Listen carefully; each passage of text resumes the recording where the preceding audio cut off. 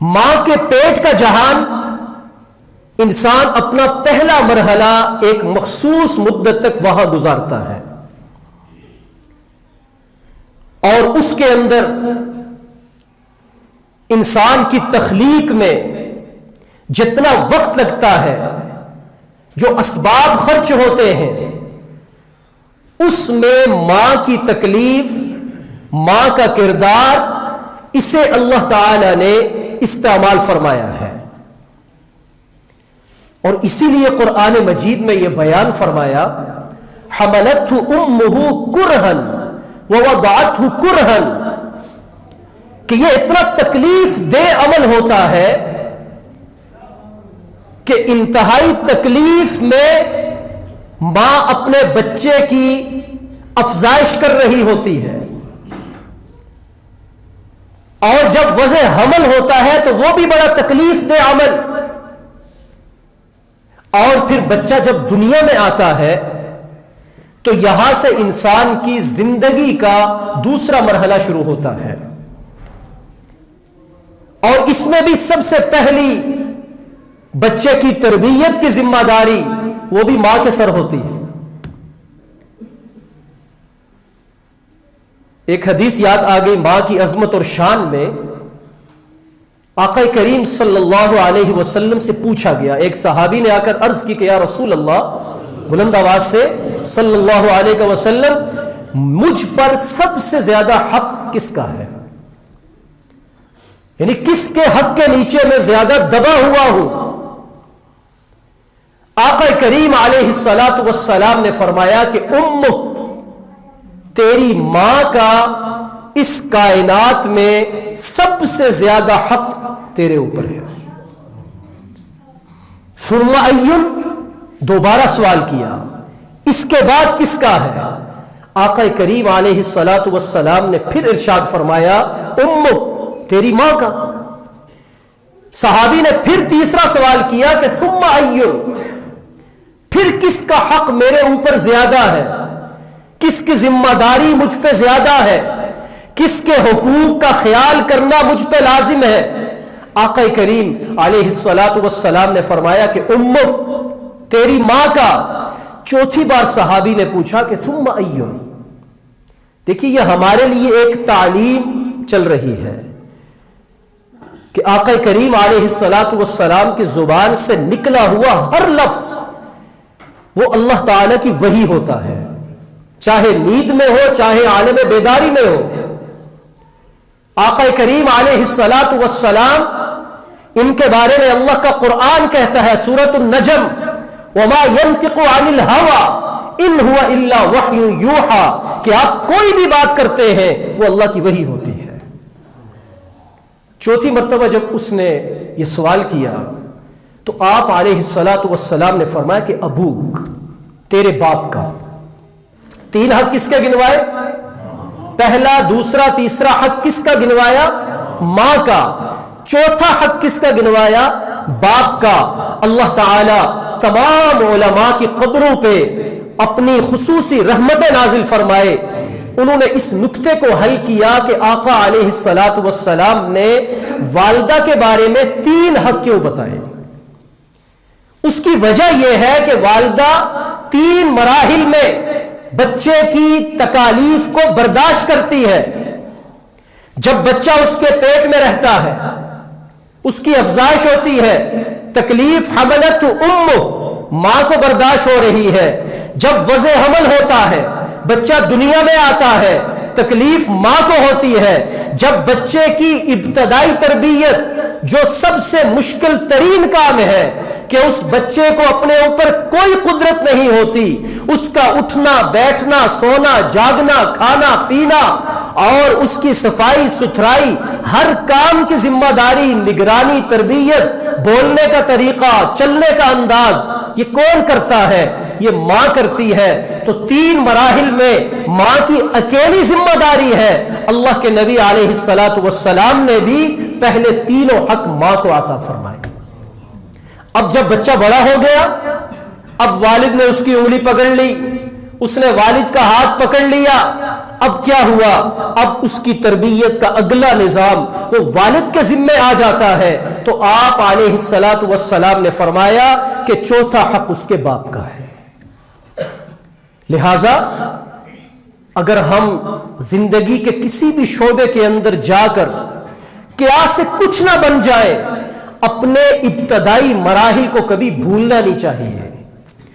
اس اوقات کو یاد رکھنا چاہیے جو اللہ کریم نے قرآن میں فرمایا کہ اس بات پہ غور کر لیا کرو کہ تم پیدا کیسے ہوئے ہو، تمہیں اپنے اوپر کیا قدرت تھی، اور جن ہستیوں نے تمہارے پیدا ہونے کے وقت، تمہارے پیدا ہونے سے پہلے اور بعد میں جو جو ذمہ داریاں برداشت کی ہیں، اب دنیا میں آنے کے بعد جب تم اپنے توانا جسم کے ساتھ کھڑے ہو گئے ہو تو تم پر سب سے زیادہ حق اور ذمہ داری اگر کسی کی ہے تو وہ تمہارے والدین کی ہے.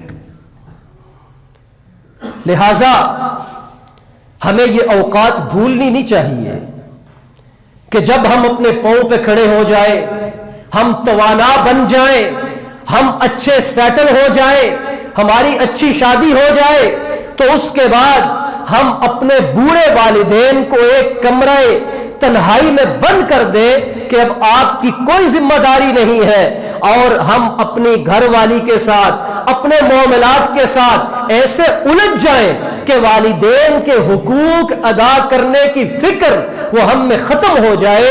اللہ کے نبی علیہ الصلوۃ والسلام نے اسی لیے اس صحابی سے ارشاد فرمایا کہ یاد رکھنا، تو جس مقام اور سٹیج پہ کھڑا ہو جائے، تیرے اوپر سب سے زیادہ پہلا حق، دوسرا حق، تیسرا حق وہ تیری ماں کا ہے، چوتھا حق تیرے باپ کا ہے، اس کے بعد باقی رشتہ داروں کے حقوق شروع ہوتے ہیں.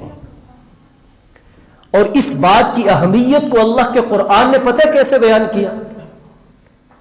اللہ تعالیٰ نے قرآن میں، بلکہ ہمارے دین اسلام میں جو سب سے بنیادی نقطہ ہے، جس کے بغیر ہمارا کوئی عمل، کوئی فرض، کوئی فعل اللہ کے ہاں قبول نہیں ہے، وہ ہے عقیدہ توحید، لا الہ الا اللہ. ہر نبی کی یہی تعلیم. جب تک لا الہ الا اللہ نہیں، عقیدہ توحید نہیں، اللہ وحدہ لا شریک کو ایک ماننا نہیں، اس وقت تک کوئی عمل قبول نہیں ہے.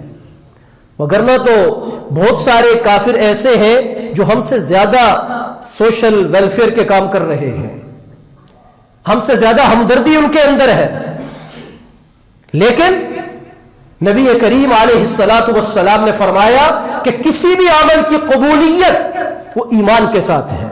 اگر ایمان نہیں تو آخرت میں اس عمل کا کوئی فائدہ نہیں. میرے بھائی، اللہ نے قرآن کے اندر 5 مقامات پر، کتنی جگہوں پر؟ 5 جگہوں پر اس عقیدہ توحید کو بیان کیا. تو عقیدہ توحید کے ساتھ والدین کے ساتھ حسن سلوک کو بیان کیا ہے کہ جتنا عقیدہ توحید تمہارے لیے اہم ہے کہ اس کے بغیر کچھ بھی قابل قبول نہیں. گویا کہ اللہ یہ فرما رہے ہیں کہ اللہ تعالیٰ کے ہاں تمہارے حقوق، تمہاری نیکیاں، لوگوں کے ساتھ تمہارا حسن کردار، لوگوں کے ساتھ اچھا برتاؤ تب قابل قبول ہوگا جب تم پہلے 4 بنیادی حقوق کو ادا کرو گے، 3 ماں کے اور 1 باپ کا. یعنی جب تک یہ حقوق ادا نہیں کرتے، اللہ تعالیٰ تمہارے باقی حقوق کو بھی نہیں دیکھیں گے. اس لیے تو فرمایا کہ پہلا، دوسرا، تیسرا حق وہ تمہاری ماں کا ہے، چوتھا حق تمہارے باپ کا ہے. میرے بھائیوں، آج ہم اس مصروف زندگی میں خدا را گم ہو کر اپنے ان بوڑھے والدین کو نہ بھولیں کہ اگر اللہ کے نبی علیہ الصلوۃ والسلام نے جنت کے گھر کو ماں کی خدمت کے ساتھ نتھی کر دیا کہ جنت لینی ہے تو ماں کے قدموں کے نیچے ہے، تو اس جنت کا دروازہ اللہ کے نبی نے باپ کو قرار دیا ہے کہ تیری جنت کا دروازہ تیرا باپ ہے.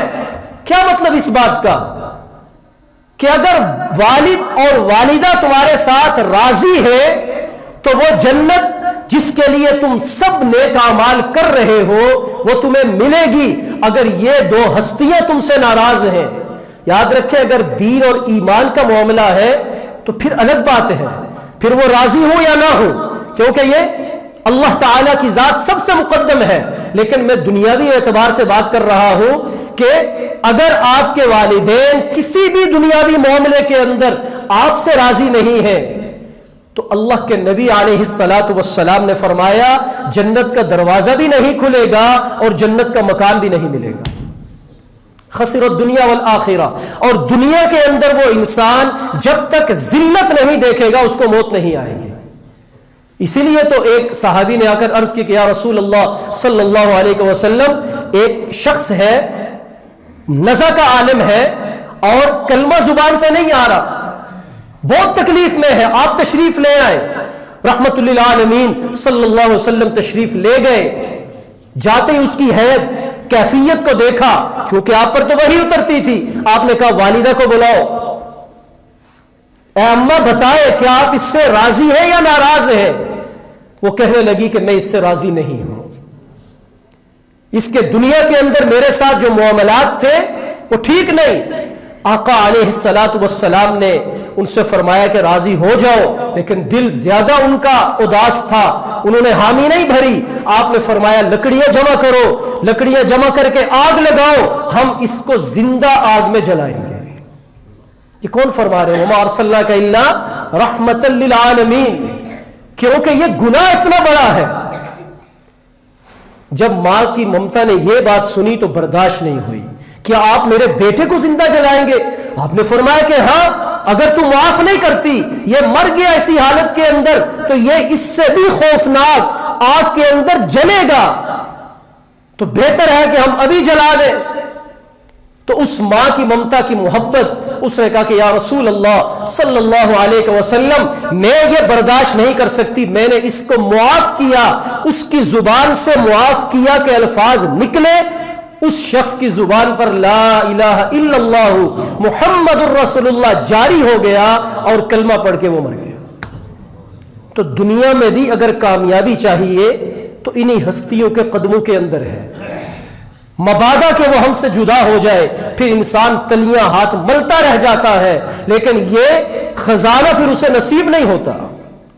تو انسان کے زندگی کے 3 مراحل، پہلا یہ ماں کا پیٹ کا جہان، دوسرا اس دنیا کا جہان، جب انسان اس میں آ کر عاقل بالغ ہو جاتا ہے، پھر اللہ رب العزت کے احکامات کی تابعداری کرنا، اس کے احکامات پر چلنا، یہ اس کے لیے لازم اور ضروری ہو جاتا ہے۔ اور تیسرا جہان اس کا ہے قبر۔